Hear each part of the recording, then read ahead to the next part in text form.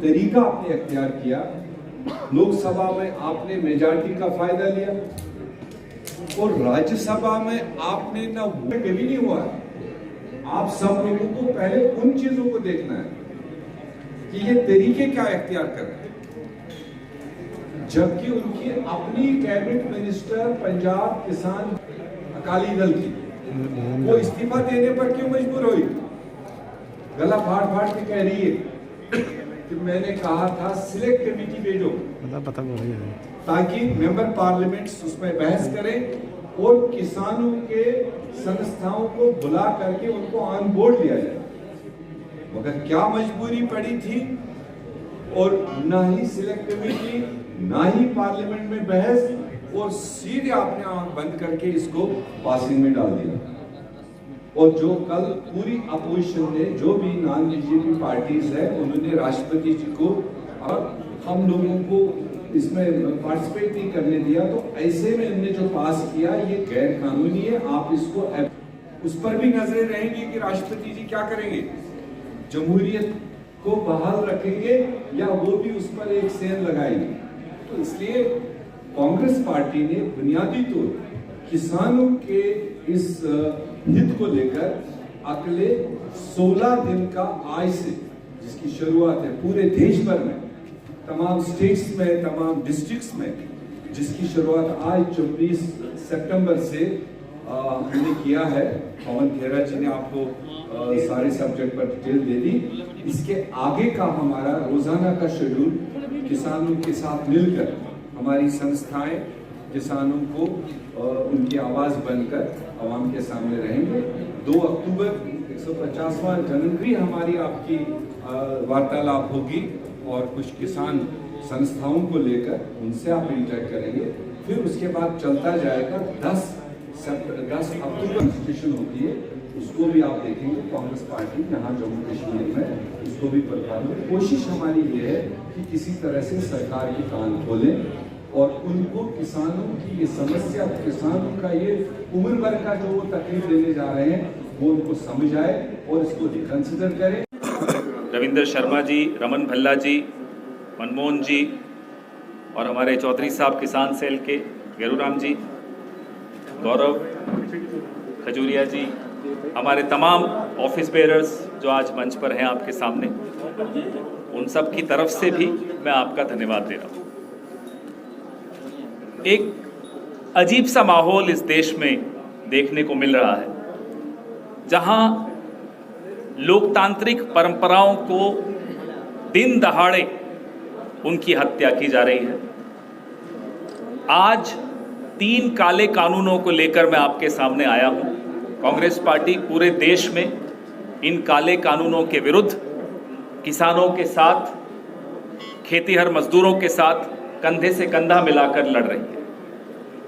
इस सिलसिले में सड़क पर जो आंदोलन है वो अलग, संसद में जो हमारे साथ, हमारे सांसदों के साथ राज्यसभा में जो धक्का मुक्की हुई वो आप सबने देखी, और आपकी अदालत में हम पेश हुए हैं अपने मुद्दे रखने के लिए, अपनी आपत्ति रखने के लिए, क्यों हम विरोध में हैं इन 3 काले कानून। ये 3 काले कानून पहले अध्यादेश के माध्यम से लाए गए, थोपे गए। कोविड चल रहा था, चीन हमारी ओर गलत निगाह से देख रहा था, लेकिन सरकार की प्राथमिकताएं बड़ी स्पष्ट हो गई कि कैसे किसानों, 62 करोड़ किसान और खेतीहर मजदूरों के हितों पर हमला करते हुए पहले तो अध्यादेश लाए गए, फिर उन्हें कानूनी जामा पहनाया गया संसद में पिछले सप्ताह। किसानों की बात सुनने की बजाय प्रधानमंत्री जी और उनके तमाम प्रवक्ता बोलते हैं कि किसान बरगलाए जा रहे हैं। जो व्यक्ति मौसम देखकर समझ लेता है कि कौन सी फसल लगानी है, किस तारीख को लगानी है, कब उस फसल को देखरेख कैसे करनी है, उसको प्रधानमंत्री जी सोचते हैं कोई बरगला सकता है। वो खुद बरगलाते हैं, वो एक्सपर्ट हैं बरगलाने के, तो उनको लगता है कि सब बरगलाए जा रहे हैं। इस देश में अगर कोई बुद्धिमान मैं किसी को मानता हूं तो इस देश का किसान होता है, क्योंकि उसकी पूरी जिंदगी, उसकी जमा पूंजी सिर्फ आकलन में जाती है। वो आकलन कर लेता है कि मौसम कैसा है। किसान अगर आज लामबंद हो रहे हैं, 300 350 किसानों के संगठन लामबंद हो रहे हैं, सड़कों पर आ रहे हैं, तो वो बरगलाए नहीं जा रहे, वो समझ रहे हैं उनके साथ क्या षड्यंत्र रचा जा रहा है भारतीय जनता पार्टी की केंद्र की सरकार द्वारा। हमारी आपत्ति क्या है? हमारी आपत्ति, हमने संसद में भी प्रयास किया, बोलने नहीं दिया गया। राष्ट्रपति जी के पास कल हमारे तमाम नेता गए, उनको भी ज्ञापन दिया, उनसे भी गुजारिश की, अपील की, अनुरोध किया कि आप अपना हस्ताक्षर इस पर मत करिए, क्योंकि देश के 62 करोड़ किसान और खेतीहर मजदूरों के साथ ये अन्याय होगा और घोर अन्याय होगा। हमारी आपत्ति ये है कि एपीएमसी मार्केट यार्ड, जिसके भीतर किसान जब जाता है, अपनी फसल लेकर जाता है, वहां मूल्य निर्धारण होता है, प्राइस डिटर्मिनेशन होता है, प्राइस डिस्कवरी होती है। कैसे होती है? बोली लगती है उसकी अनाज पर, उसकी फसल पर, और समूह होते हैं किसानों के, सब कुछ सामने हो रहा होता है। बोली लगने से पहले सबसे महत्वपूर्ण बिंदु सबके दिमाग में होता है एमएसपी, न्यूनतम मूल्य, मिनिमम सपोर्ट प्राइस। ये एक सिस्टम इसलिए लाया गया था, कांग्रेस सरकारों द्वारा लाया गया था, ताकि किसान के साथ अन्याय न हो, किसान का शोषण न हो, खाद्य सुरक्षा भी सुनिश्चित की जा सके, किसान को अपनी फसल का मूल्य बराबर मिल सके। तो एक बेंचमार्क प्राइस जिसको कहते हैं, वो एमएसपी होता है। सबके दिमाग में वो बेंचमार्क प्राइस होता है और फिर बोली लगती है। बेंचमार्क प्राइस से नीचे तो नहीं लगती, उसके ऊपर ही लगती है। कम से कम एपीएमसी के यार्ड में तो बेंचमार्क प्राइस से ऊपर ही उसको कीमत मिलती है। प्रधानमंत्री जी स्वयं अपने मुंह से सरेआम, बोलना नहीं चाहिए, बहुत बड़ा पद है, लेकिन सरेआम गलत बयानी करते हैं कि किसान आजाद हो गया। किसान पहले भी आजाद था, बेड़ियों में नहीं था। पहले भी वो एपीएमसी के बाहर भी बेचने का उसको अधिकार था। ऐसा नहीं है कि पहली बार ये आपने कानून लाए और अब वो एपीएमसी के बाहर बेचेगा। अब फर्क ये आया है कि आपने इस पूरे कानून में, इन तीनों कानूनों में एमएसपी नाम नहीं रखा। तो जब बेंचमार्क प्राइस नहीं होगा, मिनिमम सपोर्ट प्राइस नहीं होगा, किसान को औने पौने दाम पर निजी प्लेयर्स को, निजी व्यापारियों को बेचना पड़ेगा। आप कहेंगे क्यों, एपीएमसी थोड़ा ही बंद हो गई है। आप बिल्कुल ठीक कह रहे हैं, एपीएमसी अभी तो चल रही है। एपीएमसी के अंदर दो व्यय होते हैं, दो फीस होती है, मार्केट फीस और डेवलपमेंट फंड। वो तो उनको देनी होगी, लेकिन जो बड़ी बड़ी कंपनियां एपीएमसी यार्ड के बाहर किसान के खेत पर सामान खरीदेंगी, उन पर ना वो फीस लगेगी, ना वो फंड लगेगा, उन पर कोई खर्चा नहीं आएगा। बताइए, ऐसे में एपीएमसी कब तक टिक पाएगी कृषि की खरीद फरोख्त में? लेवल प्लेइंग फील्ड कहां है? निजी प्लेयर्स के लिए कोई फीस नहीं, कोई ऋण नहीं, कोई फंड नहीं। एपीएमसी पर फंड भी है और मार्केट फीस भी है। ये एक उदाहरण मैं देता हूं कि रोडवेज की बस चलती है और प्राइवेट बस भी चलती है। तो सरकारी रोडवेज की बस पर तो आप रोड टैक्स लगा देते हो, प्राइवेट बस को कहते हो आप रोड टैक्स से फ्री हो, आप नहीं लोगे रोड टैक्स। तो बताइए, घाटे में कौन रहेगा और फायदे में कौन रहेगा? और जो घाटे में रहेगा वो कब तक चला पाएगा अपनी बस? ये उदाहरण मैं दे रहा हूं, ये किया जा रहा है सरकारी एपीएमसी के साथ इस सरकार द्वारा। तो किसान का नुकसान एक तो आपने कर दिया कि आपने एमएसपी शब्द नहीं रखा, प्रधानमंत्री कहते हैं मेरी जबान पे भरोसा रखो। ये सुनकर ही हंसी आ जाती है।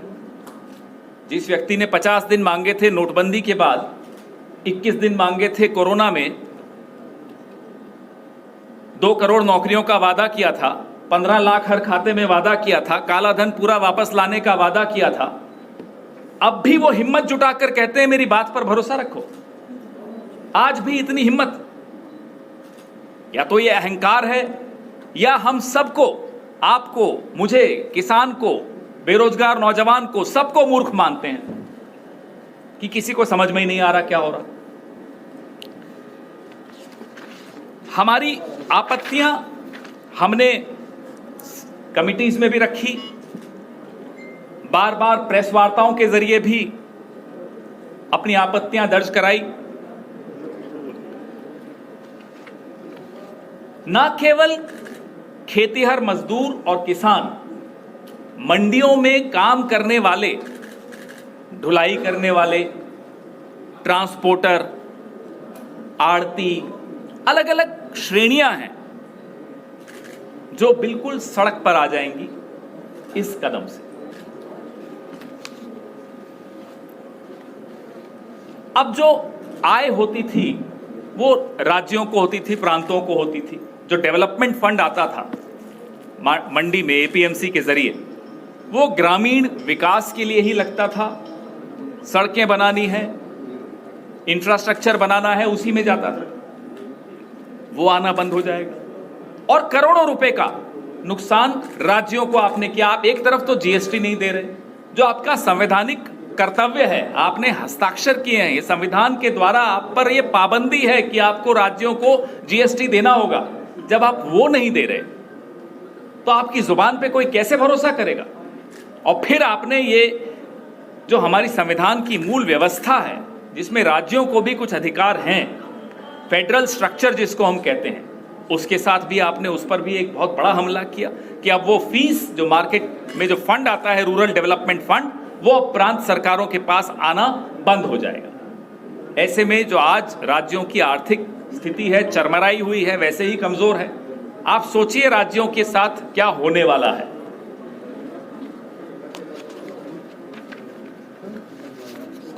आपने सुना होगा कॉन्ट्रैक्ट फार्मिंग। अब 86% इस देश का किसान 2 एकड़ 5 एकड़ के नीचे नीचे की होल्डिंग्स है उसके पास उतनी ही जमीन है। 86%। ये हम नहीं कह रहे, सरकारी आंकड़ा है, एग्रीकल्चर सेंसस का आंकड़ा है। ऐसे में आपने एक बड़े बड़े उद्योगपतियों के साथ 2-2 एकड़ 5-5 एकड़ वाले किसान कैसे तो एग्रीमेंट करेंगे जो उनके हित में भी रहे, कहां वो साइन करेंगे। और अगर विवाद हो जाए, अब आज भी विवाद तो होते हैं, विवाद तो कहीं भी हो सकते हैं, एपीएमसी में भी विवाद होते हैं। मैं भी सरकार में रहा हूं, मैंने भी देखा है विवाद कैसे होते हैं एपीएमसी में। विवाद का निपटारा, मेरा अगर रविंदर जी से विवाद हो गया, हम 20 साल से व्यापार आपस में कर रहे हैं, हम निपटा देते हैं वहीं बैठकर, वहीं खड़े होकर खत्म कर देते हैं विवाद। लेकिन अब नए कानून में किसान को एसडीएम और डीएम के दरवाजे पर जाना हो, किसान पटवारी तक चला जाए, वो बहुत बड़ी बात होती है इस देश में। ऐसे किसान से आप उम्मीद करते हो कि वो अपने हक की लड़ाई एसडीएम के दरवाजे में दरवाजा खोलकर जाकर अपनी बात रख पाएगा? ये आत्मविश्वास मोदी जी को कैसे आया, मुझे नहीं समझ में। जो व्यक्ति खुद एक प्रेस कॉन्फ्रेंस करने से डरता हो, वो सोचता है इस देश का किसान एक एसडीएम के दरवाजे में धड़धड़ाते हुए घुस जाएगा और अपने हक के लिए लड़ेगा। और लड़ाई किससे होगी? बड़े बड़े उद्योगपतियों से होगी, बड़ी चेन से होगी, मल्टीनेशनल से होगी। कैसे लड़ेगा वो?